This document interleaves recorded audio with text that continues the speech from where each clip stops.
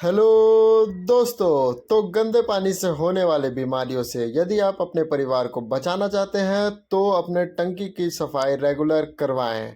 और यदि आपको हमारा चैनल पसंद आता है तो इसे लाइक करें, और अगर नहीं पसंद आता तो डिसलाइक करें। चैनल को सब्सक्राइब जरूर करें। धन्यवाद।